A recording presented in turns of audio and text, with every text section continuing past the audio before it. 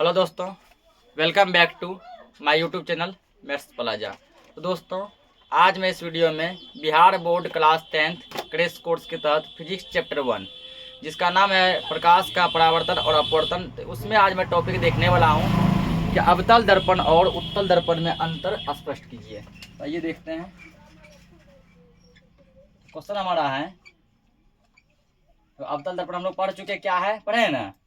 उसके बाद जो अवतल दर्पण के उपयोग को भी पढ़ चुके हैं कि इसका उपयोग कहाँ कहाँ किया जाता है। अब हम लोग क्या पढ़ेंगे, इसमें डिफरेंट पढ़ेंगे। उत्तल दर्पण भी पढ़ चुके हैं, इसका उपयोग क्या क्या है वो भी पढ़ चुके हैं। आज हम लोग पढ़ेंगे अवतल दर्पण और उत्तल दर्पण में अंतर।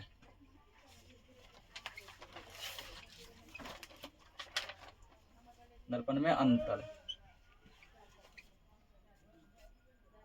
देखो, ये मान लो हेडिंग है, ठीक ना। उसके लिए हम लोग क्या करेंगे ना, एक साइड उत्तर में क्या करना है, जब भी डिफरेंट वाला क्वेश्चन पूछे, तो जिस भी दो चीज में पूछे, तो एक साइड क्या करो, अवतल में पूछा है ना, एक साइड यहाँ लिखो अवतल दर्पण, अवतल दर्पण, ठीक।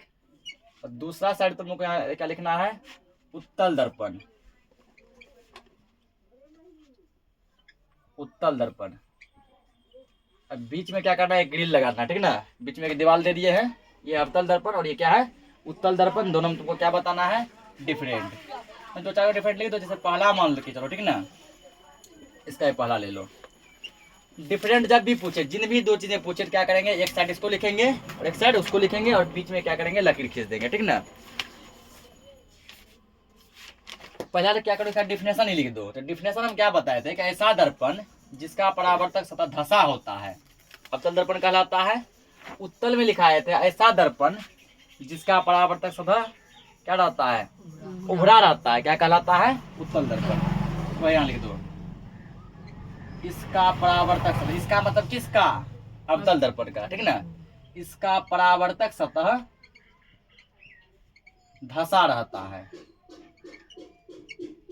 इसका परावर्तक सतह क्या रहता है, धसा रहता है। ये सब क्वेश्चन है 2 नंबर में पूछेगा, 2 नंबर में पूछेगा, 2 से 3 अंतर लिख दो, हो जाएगा। और इसका परावर्तक सतह क्या रहता है, उभरा रहता है। तो पहला अंतर दोनों में ये हो गया कि एक का रहता है धसा हुआ, एक का रहता है उभरा हुआ। इसका परावर्तक सतह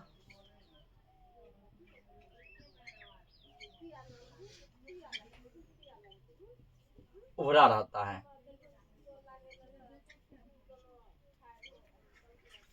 दूसरा डिफरेंट देखो, पहला अंतर ये हो गया, एक का ढसा हुआ, दूसरा क्या है, उभरा हुआ। दूसरा क्या, अवतल दर्पण का फोकस जो होगा वो क्या होगा, वास्तविक होगा। इसका फोकस क्या होगा, वास्तविक। लिख दो, इसका फोकस वास्तविक होता है, वास्तविक यानी रियल। इसका फोकस वास्तविक होता है। और उत्तल दर्पण का फोकस क्या होता है, काल्पनिक होता है, ठीक ना, काल्पनिक यानी इमेजिनरी। दूसरा अंतर ये हो गया, इसका फोकस काल्पनिक होता है, इसका वास्तविक, और इसका क्या होगा, काल्पनिक।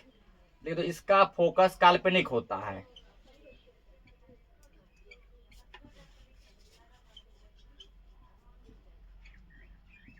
इसका फोकस काल्पनिक होता है।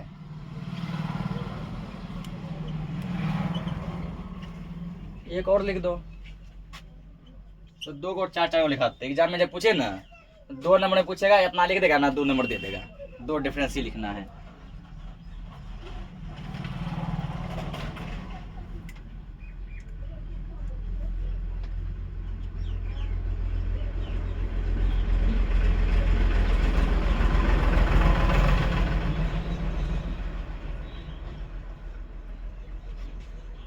तीसरा लिख दो, अवतल दर्पण द्वारा बना प्रतिबिंब। देखो, अवतल दर्पण ऐसा दर्पण है जो कि वस्तु से बड़ा प्रतिबिंब भी बनाता है, ठीक ना, वस्तु से छोटा प्रतिबिंब भी बनाता है और वस्तु के बराबर भी बनाता है। जैसे ये मान लो एक मार्कर है, इसको यदि अवतल दर्पण पर रखेगा, फॉर एग्जाम्पल जैसे मान लो यहाँ रखे, ठीक, हो सकता है कि दर्पण यहाँ हो, वस्तु यहाँ हो, और इस कंडीशन में मान लो क्या करेगा, ये वस्तु से बड़ा फोटो बना देगा। ये इतना बड़ा फोटो मान लो बन गया, इतना बड़ा, ठीक। हो सकता है इसको आप मान के चलो दूर किए या क्लोज किए, अब क्या होगा ना कि वस्तु का प्रतिबिंब क्या बन जाएगा, छोटा बन जाएगा, ठीक ना। ये इतना बड़ा बनेगा, इतना बड़ा। हो सकता है कोई ऐसा पॉइंट पे रखे ना, अब क्या होगा, वस्तु का प्रतिबिंब क्या बनेगा, बराबर बनेगा। जितना बड़ा ये है, ठीक ना, उतना ही बड़ा क्या होगा इसका एक ऐसे प्रतिबिंब भी एक बनेगा, ठीक।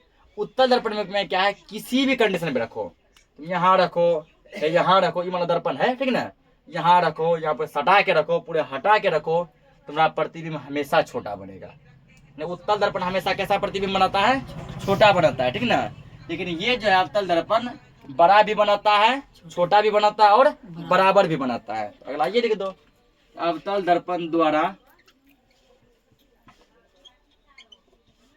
बना प्रतिबिंब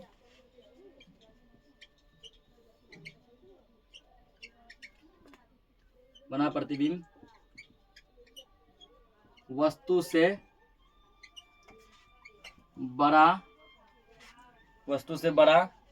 या छोटा या बराबर होता है,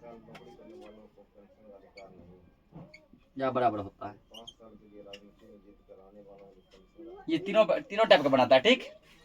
इसमें क्या लिख दो, उत्तल दर्पण द्वारा बना प्रतिबिंब वस्तु से छोटा होता है, ठीक ना। हमेशा वस्तु से क्या होगा, छोटा ही होगा।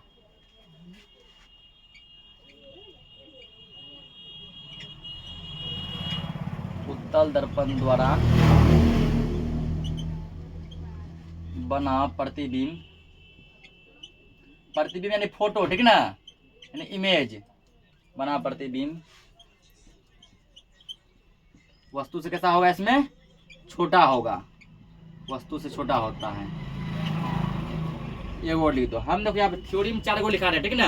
एग्जाम में जब पूछे ना, ये क्वेश्चन 2 नंबर पूछेगा, कोई भी 2 को अंतर लिख देना, जो तुमको याद हो वही लिख देना। अभी तो इससे अभिसारी दर्पण भी कहते हैं। उत्तल दर्पण का एक और नाम है, ठीक है, क्या नाम है, अभिसारी दर्पण। इससे अभिसारी दर्पण भी कहते हैं, ठीक ना, दूसरा नाम है इसका ये। जब अवतल दर्पण का एक और नाम हुआ तो उत्तल दर्पण का भी एक और नाम होगा ना, तो इसको क्या कहेंगे हम लोग, अपसारी दर्पण। इसे अपसारी दर्पण भी कहते हैं। इस अवतल को अभिसारी, उत्तल को अपसारी, इसे अपसारी दर्पण भी कहते हैं।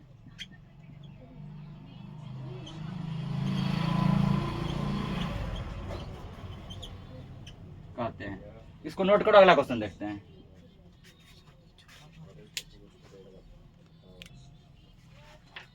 यहाँ पर छोटा छोटी है, ठीक ना। उत्तल दर्पण द्वारा बना प्रतिबिंब वस्तु से क्या होता है, छोटा होता है।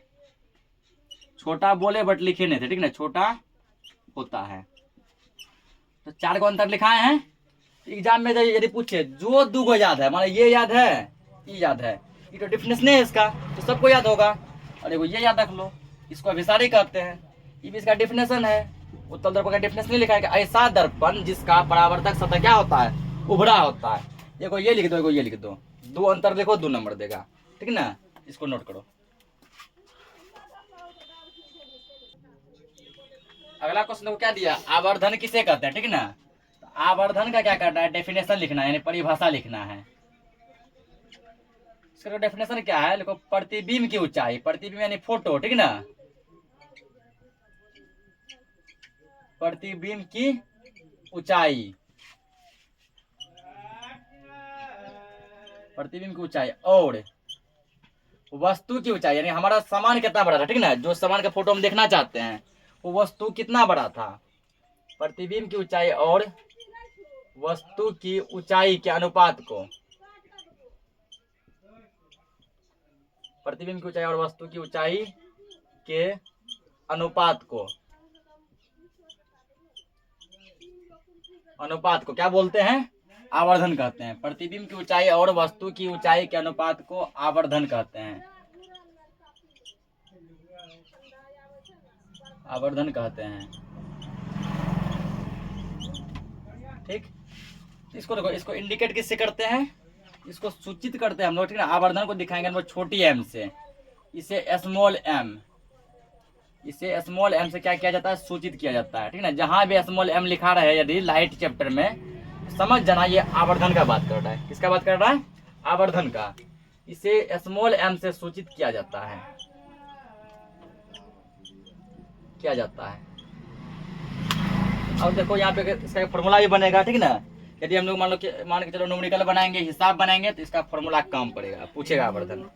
डेफिनेशन क्या है? प्रतिबिंब की ऊंचाई और वस्तु की ऊंचाई के अनुपात को क्या कहते हैं? आवर्धन कहते हैं। इसको किससे लिखते हैं? इसको m से सूचित करते हैं। फॉर्मूला इसका बनेगा आवर्धन बराबर, देखो यही कह रहा है पहले, प्रतिबिंब की ऊंचाई, तो अनुपात का मतलब होता है बटे, ठीक ना। अनुपात यानी कि बटे। तो डेफिनेशन में ही फॉर्मूला, प्रतिबिंब की ऊंचाई और वस्तु की ऊंचाई अनुपात, अनुपात यानी बटे प्रतिबिंब की। तो फॉर्मूला क्या बना? प्रतिबिंब की ऊंचाई बटे में वस्तु की ऊंचाई, वस्तु की ऊंचाई। ये आवर्धन का फॉर्मूला, प्रतिबिंब की ऊंचाई बटे में वस्तु की ऊंचाई। तो आवर्धन को किससे लिखते हैं हम लोग? m से लिखते हैं ना। तो आवर्धन के बदले यहाँ लिख दो m, शॉर्टकट के लिए।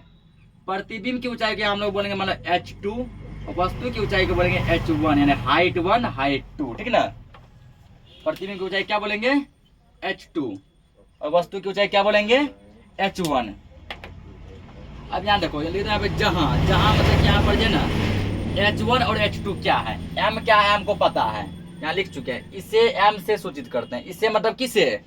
आवर्धन को किससे लिखते हैं? m से। लेकिन यहाँ पे h1 और h2 क्या है? तो जहां h1 बराबर, h1 किसकी ऊंचाई है? वस्तु की ऊंचाई, वस्तु की ऊंचाई, यानी h1 किसके बदले लिखे हैं? तो वस्तु की ऊंचाई के बदले लिखे हैं। h1 बराबर वस्तु की ऊंचाई, h2 बराबर, h2 किसका ऊंचाई है? फोटो का, प्रतिबिंब की ऊंचाई, प्रतिबिंब की ऊंचाई। तो एग्जाम में ओनली डेफिनेशन लिख देगा ना, काम चल जाएगा। लेकिन मेरा मानना है यदि पूछे तो पूरा लिखना, एग्जामिनर खुश होकर 2 नंबर देगा इसमें। ये क्वेश्चन जब भी पूछेगा 2 नंबर में ही पूछेगा। हो सकता है यहाँ तक छोड़ेगा तुमको 1.5 नंबर दे, आधा नंबर काट ले। यदि पूरा कर देगा एग्जामिनर खुश होकर तुमको 2 नंबर देगा। इसको नोट करो, अगला क्वेश्चन देखते हैं। तो क्वेश्चन कह रहा है कि उत्तल दर्पण के प्रधान अक्ष पर, ठीक ना, बिंब के प्रतिबिंब, बिंब यानी वस्तु, वस्तु को हम लोग क्या कहते हैं? बिंब भी कहते हैं, ठीक ना। और बिंब को क्या कहते हैं? वस्तु भी कहते हैं। बिंब के प्रतिबिंब के लिए एक किरण आरेख खींचना है, ठीक। उसके बाद जब प्रतिबिंब की प्रकृति वो कैसा बना, आभासी बना कि काल्पनिक बना है, वस्तु से छोटा बना कि बड़ा बना, आकार, स्थान कहाँ बना है, दर्पण के आगे बनाया या फिर दर्पण के पीछे बना, ये तुमको लिखना है। तो देखो उसको, तो उत्तल दर्पण में देखो 2 कंडीशन होता है, मात्र 2 कंडीशन, ठीक ना। पहला कंडीशन क्या है? जब वस्तु को अनंत पे रखा जाएगा तब, जब वस्तु को अनंत पे रखा जाएगा तब जो है प्रतिबिंब कैसा बनेगा। और दूसरा कंडीशन है कि जब वस्तु को P और अनंत के बीच रखा जाएगा। P मतलब यहाँ पे पोल यानी ध्रुव, ध्रुव पता है ना। जब वस्तु को ध्रुव और अनंत के बीच रखा जाएगा तो उसी को हम लोग कहते हैं यहाँ पे प्रधान अक्ष पे रखा जाएगा, ठीक ना। ध्रुव और अनंत के बीच कहने का मतलब प्रधान अक्ष पे रखा जाएगा। यहाँ देखो, सबसे पहले क्या करो, तो एक उत्तल दर्पण तुम बना लो।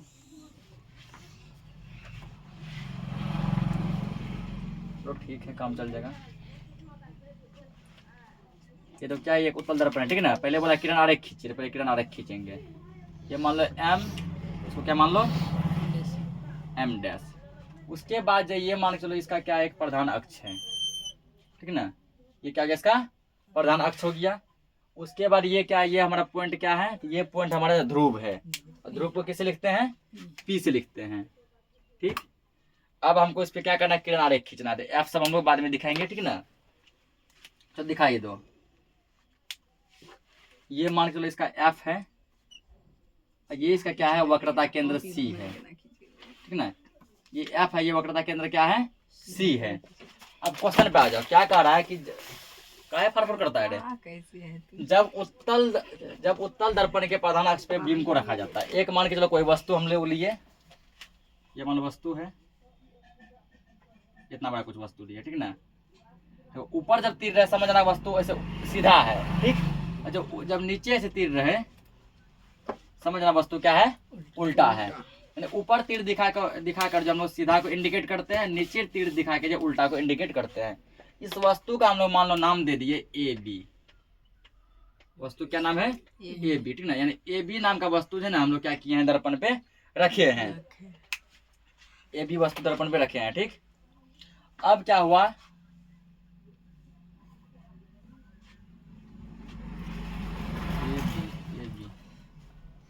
नीचे दे दो, ए हटाओ, ए बी, ठीक। अब क्या हुआ, इससे देखो किरण चलेगा, ठीक ना। पहला किरण मान के चलो कुछ ऐसा गया, जो कि पहला किरण मान लो सीधा गया है, यहाँ टकराया, जाने वाले किरण कैसे दिखाते हैं, सीधा गया, ठीक ना। ये क्या होगा, दर्पण से जो छिटक के जो वापस जो उधर लौट जाएगा, ये परावर्तन का नियम है, ठीक ना। परावर्तन का ये नियम ही कहता है कि किरण जैसे टकराए दर्पण पे तो वापस जो टकरा के उसी दिशा में लौट जाता है, और यही घटना प्रकाश का परावर्तन कहलाता है। यह किरण क्या टकरा के इसी दिशा में वापस क्या हो गया, लौट गया। लौटने वाला किरण को ऐसे दिखाएंगे, दिखा दिए। जब इस किरण को हम लोग पीछे की ओर बढ़ाते हैं, हम लोग कल्पना करते हैं इस किरण को जाना चाहिए था, इससे पता चला कि किरण यहाँ कुछ यहाँ कट किया है, ठीक ना। जहाँ पे ये कट किया वही फोकस होगा। हम लोग यहाँ गलत बिंदु फोकस दिए थे, जहाँ ये कट करेगा वो क्या होगा, फोकस होगा। इसलिए तुम लोग पहले क्या कर लो, पहले कट कर लो, तब यहाँ फोकस दिखाना। तो जहाँ पे ये कट किया, ये पॉइंट क्या है, ये पॉइंट हमारा फोकस है। पूछेगा सर इसको पीछे क्यों किए, हम लोग दिखाए, ठीक ना, कि ये किरण जो है ना, ये वाला जो है, इसको इधर जाना चाहिए था इससे, ठीक ना, लेकिन वो उधर ऐसे क्या हो गया, डाइवर्ट हो गया, पहला किरण ये। और दूसरा किरण क्या होगा ना, दूसरा किरण कुछ यहाँ पे मान के चलो आएगा, ठीक। दूसरा किरण हमारा वक्रता केंद्र की ओर जाएगा, ठीक ना। और जब वक्रता केंद्र तक कोई किरण जाएगा तो उसका क्या गुण है कि जिधर से जाता है उसी दिशा में वापस लौट जाता है। यहाँ से मान लो ऐसे ये गया ना, और क्या होगा, फिर उसी लाइन पे उसी दिशा में वापस लौट जाएगा, तो ये लौट गया। जबकि यहाँ क्या था, यहाँ पे तो ए बी किरण कुछ ऐसे गया ना, और लौट गया उधर, टकरा कर लौट गया। ये किरण कहाँ जा रहा था, ये जा रहा है वक्रता केंद्र पे। वक्रता केंद्र पर जब कोई किरण आपतित होता है तो फिर से उसी दिशा में क्या हो जाता है, परावर्तित हो जाता है। ये देखो वक्रता केंद्र को से जा रहा है, जाने वाली किरण को ऐसे दिखाया है, उसी दिशा में क्या हो गया, वापस जो है लौट भी गया। इसको जब हम लोग पीछे की ओर ऐसे बढ़ाएंगे,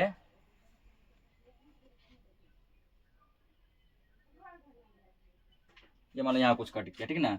जहां पे ये कट किया वही हमारा क्या है, वो पॉइंट हमारा क्या है, वक्रता केंद्र है। ये पॉइंट क्या है, वक्रता केंद्र। वक्रता केंद्र किससे दिखाते हैं, सी से दिखाते हैं। जहां पर दोनों कट किया है, ठीक ना, जहां पर दोनों कट किया, कहाँ पे कट किया दोनों लाइन, ये पॉइंट है, ये वो है ना, ये हमारा हो गया वस्तु। क्या हो गया, वस्तु। वस्तु क्या नाम दे, ए बी, इसका क्या कर दो, ए डैश बी डैश। अब तुम लोग खुद देखो फोटो में, ये जो फिगर जो छोटा बना के बड़ा बना है, इतना बड़ा खेत है, इतना ठोका बना है, तो कैसा लग रहा है देख के, छोटा है कि बड़ा है, छोटा है। तो इससे यहाँ से पता चलता है, जो कि हम लोग अंतरा भी लिखा है, देखिए उत्तल दर्पण में हमेशा कैसा प्रतिबिंब बनता है, छोटा। देखो इतना बड़ा फोटो रखे, प्रतिबिंब इतना ही बड़ा बना ना, ये है फोटो। तो यहाँ तक का काम हम लोग कर लिए, किरण आरेख खींचे। अब कह रहा है प्रतिबिंब की प्रकृति लिखें, आकार लिखें और स्थान लिखें, कहाँ बना है, तो लिखो ये सब। तो जब वस्तु ए बी को, वस्तु का नाम ए बी है ना, वस्तु क्या नाम दिए हैं, ए बी। जब वस्तु ए बी को कहाँ रखने बोला था हमको, प्रधान अक्ष पर। जब वस्तु ए बी को प्रधान अक्ष पर रखा जाता है, उत्तल दर्पण के प्रधान अक्ष कर दो। जब वस्तु ए बी को उत्तल दर्पण के प्रधान अक्ष पर रखा जाता है,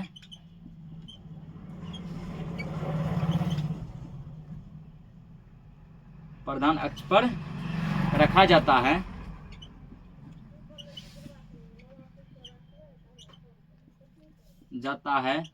तो ठीक है, तो वस्तु का प्रतिबिंब, वस्तु का प्रतिबिंब क्या बना है, ए डैश बी डैश ने बना है। वस्तु का प्रतिबिंब क्या बना है, ए डैश बी डैश। वस्तु का प्रतिबिंब ए डैश बी डैश, तो दर्पण के आगे बना कि दर्पण के पीछे बना है, ये है आगे, जिधर परावर्तक सतह होता है वो कहलाता है आगे, और जिधर परावर्तक सतह नहीं होता है वो कहलाता है पीछे। देखो ये फोटो कहाँ बना, परावर्तक सतह की ओर बना है कि परावर्तक सतह के उल्टा साइड बना है? उल्टा साइड। ये था परावर्तक सतह था ना, जिधर किरण आ रहा है, यानी ये है दर्पण के आगे, ये क्या दर्पण के पीछे। फोटो कहाँ बना, आगे बना के पीछे बना है? पीछे बना है। तो लिख दो यहाँ पे, जब वस्तु AB को उत्तल दर्पण के प्रधान अक्ष पर रखा जाता है तो वस्तु का प्रतिबिंब क्या बनता है? A dash B dash. वस्तु का प्रतिबिंब A डैश B डैश दर्पण के पीछे, दर्पण के पीछे, पीछे किसके किसके बीच बना है? P और F के बीच बना है, बना ना? P और F के बीच, दर्पण के पीछे। P मतलब क्या हुआ? ध्रुव, ब्रैकेट में तो P समझने के लिए, ध्रुव, और F को क्या बोलते हैं हम लोग? फोकस। ध्रुव और फोकस, इसको लिखते हैं F से। ध्रुव और फोकस के बीच, ध्रुव और फोकस के बीच, ठीक। ये स्थान बताया इसका, ठीक ना? ये क्या बताया हम लोग? स्थान बताया ध्रुव और फोकस के बीच। अब बताओ इसका प्रकृति, प्रकृति कैसा है? ये तो उत्तल दर्पण हमेशा है ना कैसा प्रतिबिंब बनाता है? काल्पनिक बनाता है। उत्तल दर्पण कैसा प्रतिबिंब बनाता है? काल्पनिक बनाता है। काल्पनिक को आभासी भी कहते हैं। तो ध्रुव और फोकस के बीच काल्पनिक, तो वस्तु का प्रतिबिंब A डैश B डैश दर्पण के पीछे ध्रुव और फोकस के बीच काल्पनिक, काल्पनिक। और कैसा बना है? सीधा बना है, उल्टा बना है? देखो उल्टा कब बनेगा? जैसे यहाँ फोटो ऐसा रखे ना, प्रतिबिंब यहाँ ऐसे आता, ऐसे, तब यहाँ पे लिखते हैं हम लोग, ठीक है ना? इसको क्या लिखते हैं हम लोग यहाँ पे ना? तो इसको क्या दिए? A डैश, यहाँ लिखते हैं A डैश B डैश। ये हुआ उल्टा। कैसा बना है? तो ऐसे रखे थे, फोटो बेस नहीं बना है, उल्टा बना है, सीधा बना है। ये प्रतिबिंब सीधा बना है। क्या बना है? सीधा बना है। तो ऐसे रखे, फोटो यहाँ ऐसे बनता नीचे भी कटता है, ठीक ना? नीचे कटता, यदि यदि ऐसा फोटो बनता तब हम लोग उसको क्या बोलते हैं? उल्टा बोलते हैं। ये क्या? सीधा। ध्रुव और फोकस के बीच काल्पनिक, काल्पनिक इसलिए बोले, पूछो काल्पनिक क्यों बोले? यदि रियल लाइन ऐसे कट करता तब यहाँ प्रतिबिंब बनता, वो प्रतिबिंब बनता कौन सा? वास्तविक प्रतिबिंब। यार रियल लाइन कट नहीं किया। रियल लाइन मतलब कि ये रेखा कट नहीं किया।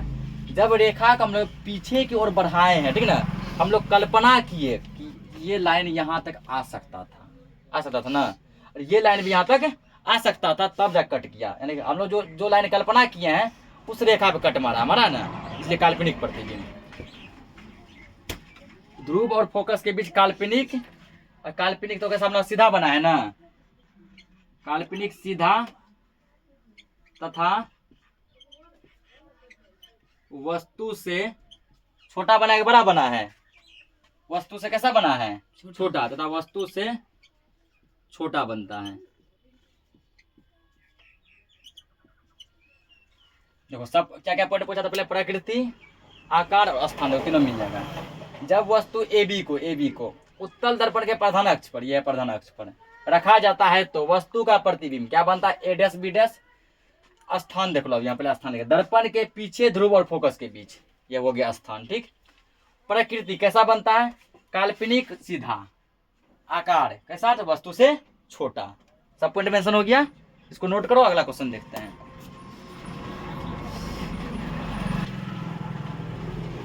अगला देखो न्यूमेरिकल दिया है, ठीक है, कि 5 सेंटीमीटर लंबाई का कोई बिंब, यानी वस्तु का लंबाई कितना दिया गया है? 5 सेंटीमीटर। 30 सेंटीमीटर वक्रता त्रिज्या, वक्रता त्रिज्या कितना दिया गया है? 30 सेंटीमीटर।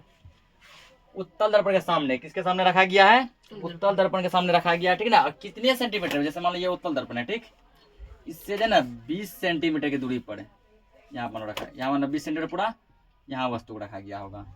उत्तल दर्पण के सामने 20 सेंटीमीटर की दूरी पे रखा गया है, तो वस्तु का स्थिति, प्रकृति और क्या बताना है? साइज बताना है, ठीक ना। सबसे पहले देखो एक फॉर्मूला होता है दर्पण सूत्र। क्या होता है? दर्पण सूत्र।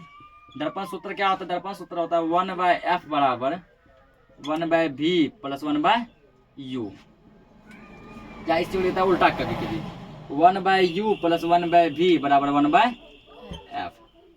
ये क्या दर्पण सूत्र है, ठीक है। जहाँ u क्या है? u है वस्तु की दूरी, इसको लिखना ना है अभी। u क्या है? वस्तु की दूरी, ठीक ना। मतलब कि दर्पण जैसे ये है, ये हमारा दर्पण है, यहाँ से वस्तु कितना दूर है, इसको u से लिखेंगे। ठीक। भी क्या है, प्रतिबिंब की दूरी। जैसे अभी देखिए थे क्वेश्चन में, प्रतिबिंब यहाँ बना था ना, ये मतलब वस्तु है, प्रतिबिंब मान लो यहाँ बना, प्रतिबिंब कितना दूर बना, इसको लिखेंगे भी से। क्या लिखेंगे? भी से। और स्मॉल एफ क्या है, फोकस दूरी। एफ क्या है? फोकस दूरी। जैसे मतलब ये फोकस है, यहाँ से यहाँ तक का जो डिस्टेंस होता है वो क्या कहलाता है? फोकस दूरी। फोकस दूरी बताए थे ना। तो ध्रुव और फोकस के बीच का दूरी क्या कहलाता है? फोकस दूरी। तो यू क्या है, वस्तु की दूरी, भी क्या है, प्रतिबिंब की दूरी, एफ क्या है, फोकस दूरी। अब यहाँ पर देखो पहले दिया क्या क्या गया है, जो सब दिया उसको लिखो, उसके बाद क्या करेंगे, इसको सॉल्व करेंगे हम लोग। हल पहले हमको दिया है 5 सेंटीमीटर लंबाई का कोई बीम, यानी वस्तु का लंबाई दिया गया है, ठीक ना। वस्तु क्या दिया गया है? लंबाई दिया है। और अभी जस्ट तुमको बताया है कि प्रतिबिंब की लंबाई और वस्तु की, ये क्या लिखा है अभी डिफिनेशन में, आवर्धन का, प्रतिबिंब की लंबाई और वस्तु की लंबाई के अनुपात को क्या कहते हैं? आवर्धन कहते हैं, ठीक ना। वस्तु यानी बिंब। अब बिंब की लंबाई को किससे दिखाए थे? देखो H2 से दिखाए हैं। अभी M इक्वल लिखे थे ना, H2 बटे में H1। H2 क्या है? प्रतिबिंब की लंबाई है ना। H1 किसका लंबाई है? वस्तु की लंबाई, वही लिखा है ना। हाँ, वस्तु की लंबाई, ठीक। यानी तुम क्या करेंगे, 5 सेंटीमीटर लंबाई का कोई बिंब, बिंब किसको कहते हैं? वस्तु को कहते हैं, ठीक ना। और वस्तु की लंबाई किससे लिखते हैं? H1 से। H1 कितना दिया गया हमको? 5 सेंटीमीटर। तो क्वेश्चन में पकड़ना पड़ेगा, ठीक है, क्या क्या दिया है। बिंब 30 सेंटीमीटर वक्रता त्रिज्या। वक्रता त्रिज्या कितना दिया है? 30 सेंटीमीटर। और वक्रता त्रिज्या किससे हम लोग लिखते हैं? आर से। आर का मान कितना दिया गया है? 30 सेंटीमीटर दिया है ना। यहाँ से हम एफ का मान निकाल सकते हैं। एफ बराबर क्या होता है? R/2। आर कितना दिया गया है? 30 बटे में 2, कितना में कटेगा? 15 बार में। क्योंकि आप फॉर्मूला में हम लोग आर नहीं जानते, एफ पर है, अभी पढ़े ना। एफ का मान कितना आ गया? 15 सेंटीमीटर। और क्या दिया है? उत्तल दर्पण के सामने 20 सेंटीमीटर की दूरी पर रखा गया है। किसको रखा गया है? बिंब को रखा गया है। किसको रखा गया है? बिंब को। बिंब क्या है? वस्तु है। यानी कि उत्तल दर्पण के सामने 20 सेंटीमीटर की दूरी पर जो एक वस्तु को रखा गया, और ये वस्तु कितना ऊंचा है? 5 सेंटीमीटर ऊंचा है, ठीक ना। 5 सेंटीमीटर ऊंचे वस्तु को उत्तल दर्पण के सामने 20 सेंटीमीटर की दूरी पर रखा गया है। तो कह रहा है इस वस्तु का प्रतिबिंब जो है कितना सेंटीमीटर दूर बनेगा। नंबर 1 क्वेश्चन, कितना सेंटीमीटर दूर बनेगा। नहीं, प्रतिबिंब की दूरी पूछ रहा है, भी निकालना है दूसरा, ठीक ना। ये वस्तु कितना बड़ा बनेगा, सॉरी, इसका प्रतिबिंब कितना बड़ा बनेगा। यह है 5 सेंटीमीटर, तो प्रतिबिंब कितना बड़ा बनेगा। यानी प्रतिबिंब का हाइट पूछ रहा है H2। 2 क्वेश्चन पूछ रहा है हमसे, भी और H2। तो देखो, वस्तु की दूरी को लिखते हैं U से। वस्तु की दूरी किससे लिखते हैं? U से। और U का मान कितना दिया गया है? 20 सेंटीमीटर। साफ करा, उत्तल दर्पण से इतना दूरी पे है, 20 सेंटीमीटर। और एक कॉन्सेप्ट यहाँ ध्यान रखना, ठीक है, कि उत्तल दर्पण में वस्तु की दूरी हमेशा ऋणात्मक लेते हैं। उत्तल दर्पण में वस्तु की दूरी हमेशा क्या लेते हैं? ऋणात्मक यानी निगेटिव लेते हैं। और अवतल दर्पण में वस्तु की दूरी हो U, चाहे प्रतिबिंब की दूरी हो V, चाहे फोकस दूरी हो F, सब कुछ लेते हैं निगेटिव। सब कुछ क्या लेते हैं? निगेटिव। हर एक कुछ ऋणात्मक लेते हैं। किसमें? अवतल दर्पण में, ठीक ना। अवतल दर्पण में हर एक कुछ निगेटिव लेते हैं।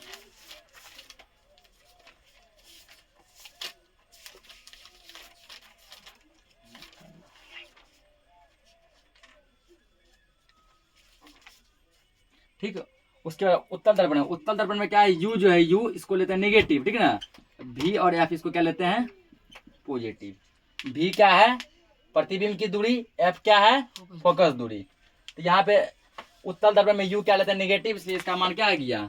20 माइनस दे दिए, निगेटिव कारण, कॉन्सेप्ट कारण, ठीक ना। तो कॉन्सेप्ट क्या है? उत्तल दर्पण में वस्तु की दूरी ऋणात्मक लेते हैं, ठीक, और प्रतिबिंब की दूरी V, फोकस दूरी F धनात्मक लेते हैं। उत्तल दर्पण में सभी दूरी को, चाहे वस्तु की दूरी U हो, प्रतिबिंब की दूरी V हो, फोकस दूरी F हो, हर एक कुछ क्या होगा? निगेटिव। अवतल में सब निगेटिव। अब यहाँ पर देखो, हमको देखो यहाँ पे, इसको तो फिलहाल भूल जाओ, ये वाला कॉन्सेप्ट। यहाँ देखो, F दिया है, V दिया है, सॉरी F दिया है, U दिया है, V निकाल सकते हैं ना। लिखो यहाँ पे दर्पण सूत्र से, दर्पण सूत्र से इसलिए यहाँ पे फोकस दूरी पॉजिटिव लिए हैं। अगर ये रहता क्या कहता है, अवतल दर्पण रहता फोकस दूरी भी यहाँ नेगेटिव लेते हैं।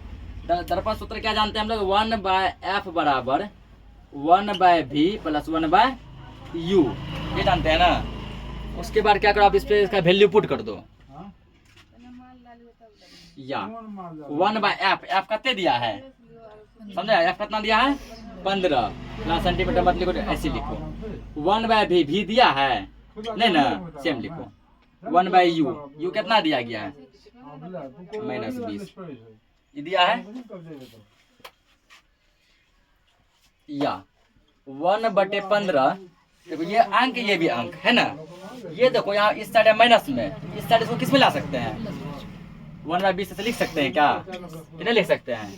ये इधर क्या बच गया 1/v बच गया, और 15 और 20 का एलसीएम क्या होगा, तो 15 और 20 का जब एलसीएम निकालेगा तुमको मिलेगा 60। कितना मिलेगा 60 मिलेगा एलसीएम, 60। तो 15 के टेबल में 60 क्या बार में 4 बार में 4, 20 के टेबल में 3 बार में 3 बराबर 1/v। तो कितना 7/60, 1/v। और क्रॉस मल्टीप्लिकेशन हमको निकालना है v का वैल्यू, ठीक है ना। तो v को ऐसे उल्टा दो या इसको इधर कर लो, 1/v बराबर 7/60। तो v को जब उल्टाएंगे तो ऐसा लिख सकते हैं क्या, v/1 उल्टाएंगे तो समझो पहले लिख सकते हैं। जब इसको इस पट्टी के लिए उल्टा है उधर भी उल्टाना पड़ेगा, तो इसको क्या लिखेंगे 60/60। और हम जानते हैं नीचे एक का वैल्यू क्या होता है, नहीं होता है, नहीं होता है, इसलिए हम लोग डायरेक्ट क्या लिखेंगे v बराबर 60/60। यहाँ पर देखो हम लोग क्या किए, तो प्रतिबिंब का दूरी निकाल लिए हैं। इसको जब पॉइंट में कन्वर्ट करेगा पता चला कि यदि उत्तल दर्पण के सामने यदि 20 सेंटीमीटर की दूरी पर कोई वस्तु को रखा गया, उसका प्रतिबिंब जो दर्पण से मात्र जो है 8.5 सेंटीमीटर दूर जो है बनेगा। अब जो कितना ऊंचा बनेगा, तो ये वस्तु कितना बड़ा रखे थे 5 सेंटीमीटर का, तो इसका देखते हैं प्रतिबिंब कितना बड़ा बनेगा। उसके लिए देखो अब यहाँ आवर्धन के सूत्र से, तो 5 नंबर में क्वेश्चन पूछता है, जब भी पूछता है, ठीक ना, तो थोड़ा लॉन्ग जाएगा ही। और ये जो है पूछा भी गया, कब पूछा गया, तो ये तुमको पूछा है 2019 के सेकेंड सिटिंग में, ठीक है ना। 2019 के सेकेंड सिटिंग में उसको पूछा गया है आवर्धन के सूत्र से,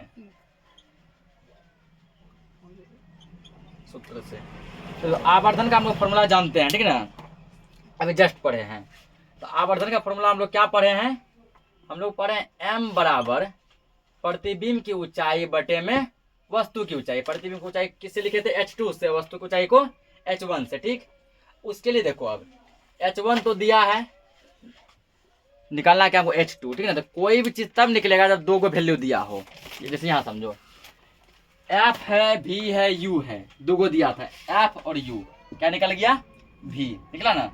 कोई भी चीज निकालने के लिए यदि तुम वहां पर 3 गो टर्म है, 2 तुमको क्या होना चाहिए पता होना चाहिए, ठीक ना। यहाँ पर देखो h1 तो दिया है, h2 भी नहीं दिया, m भी नहीं दिया है, नहीं दिया है। जबकि हमको 2 पता होगा, उसके लिए m पता होगा तब ये h2 निकलेगा। तो देखो एक और आवर्धन का फॉर्मूला होता है, ठीक ना। उत्तल दर्पण के लिए आवर्धन का फॉर्मूला एक होता है, चूंकि m बराबर होता है -v/u, -v/में u, ठीक ना।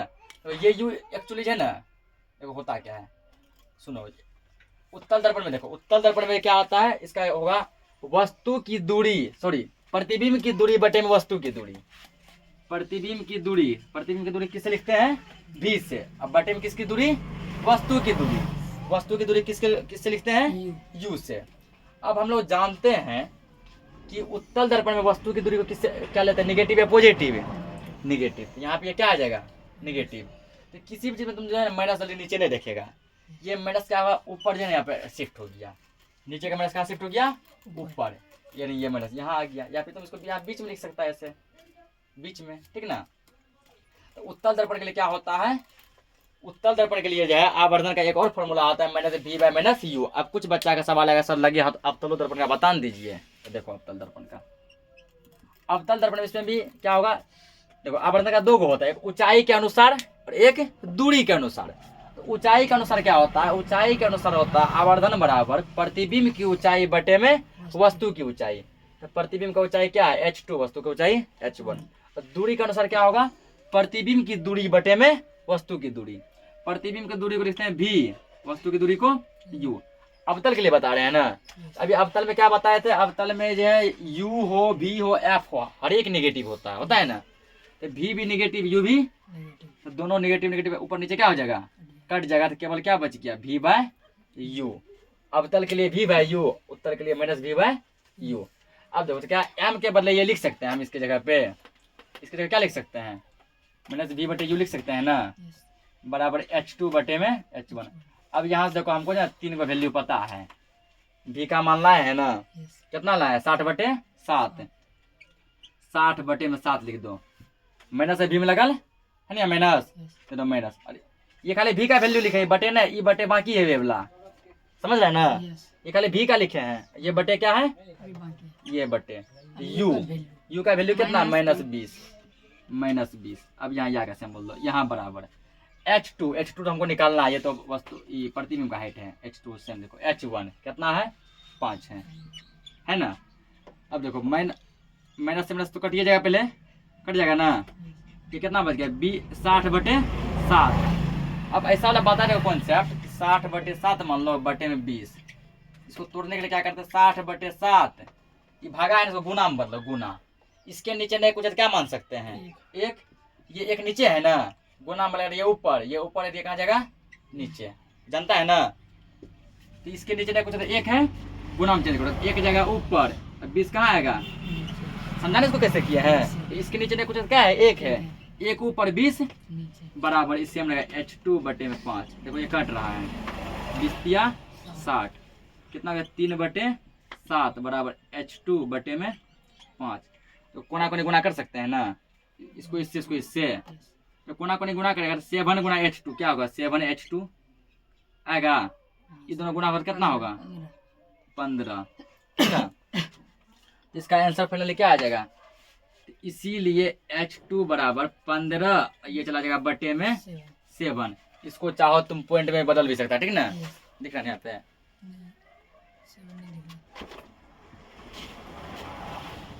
इसलिए h2 बराबर 15 बटे में 7।